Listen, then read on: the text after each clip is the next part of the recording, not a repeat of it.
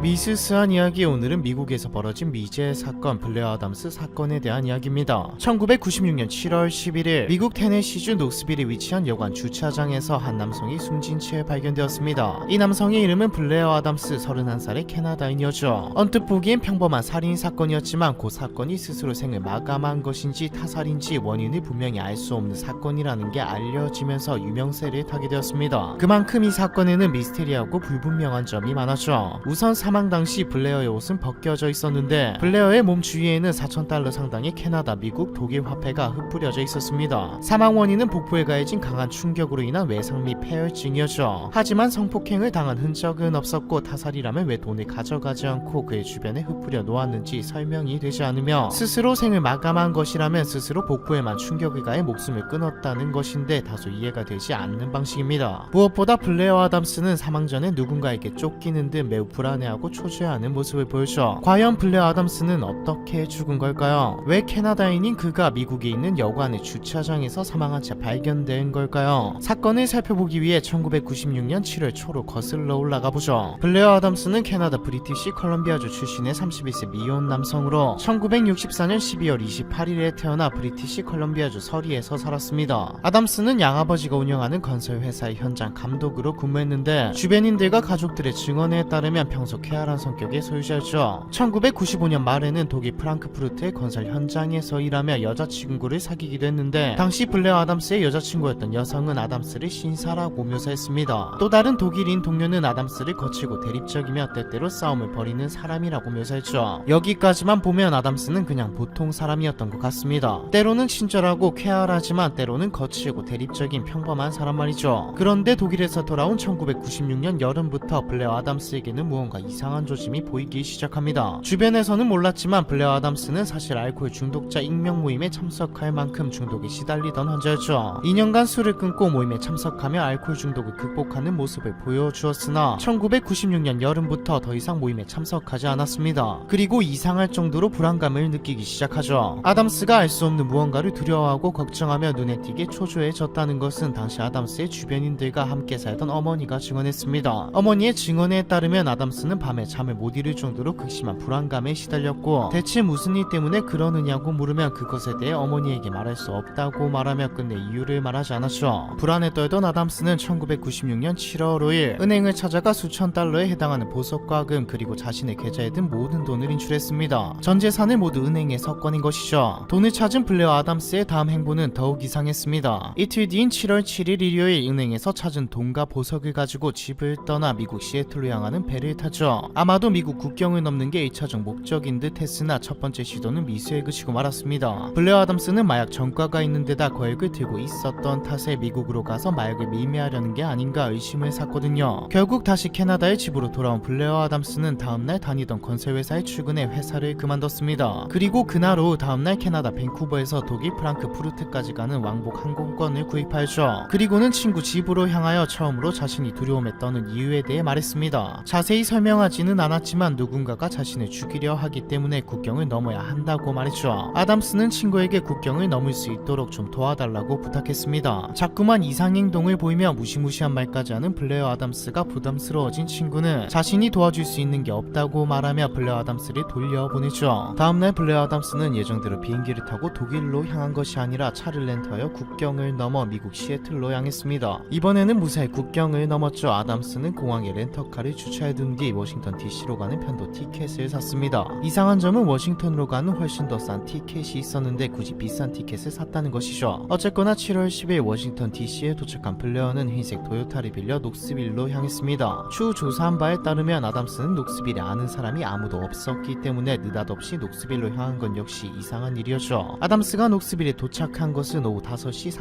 30분쯤이었습니다. 한 주유소에 들러 기름을 주유한 블레어 아담스는 곧바로 차에 타려 했으나 차문이 잠겨 있었고 아무리 열쇠를 꽂아도 차문은 열리지 않았죠. 아담스는 주유소 직원에게 차문이 열리지 않는다며 전문가를 불러달라고 요청합니다. 얼마 안가 주유소에 도착한 정비공은 어이가 없었죠. 블레어가 갖고 있던 자동차 열쇠는 도요타의 열쇠가 아닌 처음 미국 국경을 넘었을 때 사용했던 렌트카의 열쇠였거든요. 잘못된 열쇠로 차문을 열려고 하니 차문이 열릴 턱이 없는 것이죠. 하지만 이상한 일이었습니다. 정비공이 이건 다른 자동차의 열쇠라고 설명했음에도 불구하고 아담스는 자신이 가지고 있는 이전 렌트카의 열쇠로 지금 차의 문을 열 수 수 있다고 강력하게 믿으며 다른 열쇠를 찾으려는 시도조차 하지 않았거든요. 수리공의 눈에 아담스는 미친 사람처럼 보였죠. 결국 수리공은 일단 당장은 시간이 늦어서 방법이 없으니 내일 해결하자고 블레어를 진정시킨 뒤 녹스빌의 페어필드 여관에 내려다 주었습니다. 페어필드 여관에서도 블레어 아담스는 이상 행동을 이어갔습니다. 바로 방을 잡지 않고 1시간 가까이 로비를 서성이며 잔뜩 긴장한 채 불안에 떠는 모습을 보였고, 결국 방을 잡기는 했으나 7시 37분 무렵 갑자기 여관 밖으로 뛰쳐나가 버렸죠. 당시 CCTV에도 이런 블레어의 모습이 찍혔는데 이 모습이 블레어의 생전 마지막 모습이었습니다. 블레어 아담스가 발견된 것은 그로부터 12시간 뒤였습니다. 여관에서 약 0.5마일 떨어진 주차장에서 사망한 채로 발견된 블레어 아담스는 이상하게도 옷이 벗겨져 있었습니다. 누가 잡아당긴 것처럼 바지가 벗겨진 채 뒤집혀 있었고 양말과 신발 또한 벗겨진 상태였죠. 셔츠는 찢어진 상태였고요. 더욱 이상한 것은 처음에 말했던 주변에 널려있는 4,000달러 이상의 캐나다와 미국, 독일 화폐였습니다. 옆에는 보석과 금으로 가득 찬 가방 또한 발견되었죠. 게다가 주유소에서 찾지 못했던 자동차의 열쇠 또한 사건 현장에서 발견되었습니다. 조사 결과 아담스의 사망 원인은 배에 가해진 심한 충격이었는데, 손에는 방어하다가 생긴 듯한 상처가 있었고 이마에는 곤봉 같은 둔기에 맞은 듯한 타박상이 발견되었습니다. 몸 전체에는 날카로운 것에 베인 듯한 작은 상처들이 많았고요. 사망 당시 아담스의 모습은 수많은 의문점을 남겼습니다. 옷은 벗겨져 있지만 성폭행의 흔적이나 타인의 DNA는 발견되지 않았고, 블레어 아담스가 지니고 있던 많은 금품은 마치 그의 주변에 전시된 것처럼 흩뿌려져 있었습니다. 다시 말해 강도살인 같은 타살로 보기에는 그의 시체 옆에 고스란히 남겨져 있는 금품이 이상하고, 스스로 생을 마감했다고 보기에는 사망 원인이 배에 가해진 충격이라는 점이 이상했죠. 경찰은 블레어 아담스가 3시 30분쯤 사망했을 것으로 추정했는데, 그 시간대에 주변에 있던 건설 노동자는 주차장 쪽에서 여성의 것으로 추정되는 비명소리가 들렸다고 증언했습니다. 하지만 이 증언은 사건을 해결하는 데 그다지 도움이 되지 못했죠. 경찰은 아담스가 마약 전과가 있었기 때문에 범죄와 관련되어 사망했을 가능성도 조사했으나 어떤 증거도 발견되지 않았습니다. 블레어의 몸에서 약물이나 알코올 성분도 발견되지 않았죠. 성을 사고 파는 여성이나 포주에 의해 살해됐을 가능성도 조사했는데 아무런 혐의점도 증거도 발견되지 않았고요. 한 가지 의심스러운 점은 아담스가 사망하기 전날 밤 녹스빌의 여러 레스토랑에서 신원 미상의 남성과 함께 있는 모습이 목격되었다는 것이죠. 하지만 신원 미상의 남성이 누구인지 사례와 관련이 있는지는 알 수 없었습니다. 경찰은 조사를 계속했지만 도대체 연고도 없는 녹스빌에서 어쩌다 죽었는지, 정신질환 때문인지 피해 망상 때문인지 아니면 정말 누군가 혹은 범죄 조직의 표적이 되어 사망한 것인지 그 어떤 것도 밝혀지지 않았죠. 그렇게 사건은 미제로 남게 되는가 싶었는데 2018년 아담스의 어머니가 재조사를 받으면서 새로운 사실들을 털어놓습니다. 아담스의 어머니는 아담스가 미국 애틀랜타에서 열리는 올림픽을 관람하기 위해 미국 남부를 여행했다고 주장했습니다. 또 자신의 아들이 이전에 남자 룸메이트와 연애를 했던 적이 있다고, 즉 자신의 아들이 게이라는 사실을 밝혔죠. 이 증언은 블레어 아담스의 죽음이 어쩌면 동성 연인이나 동성애와 관련되어 있을 수도 있다는 점을 시사했습니다. 경찰은 아담스를 살해한 범인이 녹스빌 인근에 거주하는 게이일 가능성도 있다고 보고 있죠. 하지만 올림픽을 보러 간 것이라기에는 이전에 보였던 행보들은 물론 전 재산을 인출했다는 점, 불안과 사건 현장까지 설명 안 되는 것들이 너무 많았습니다. 결국 사람들의 수많은 추리와 경찰의 수사에도 불구하고 사건은 현재까지 미제로 남아있죠. 미국에서 벌어진 미해결 사망 사건 블레어 아담스 사건에 대한 이야기, 이번 편은 여기까지입니다.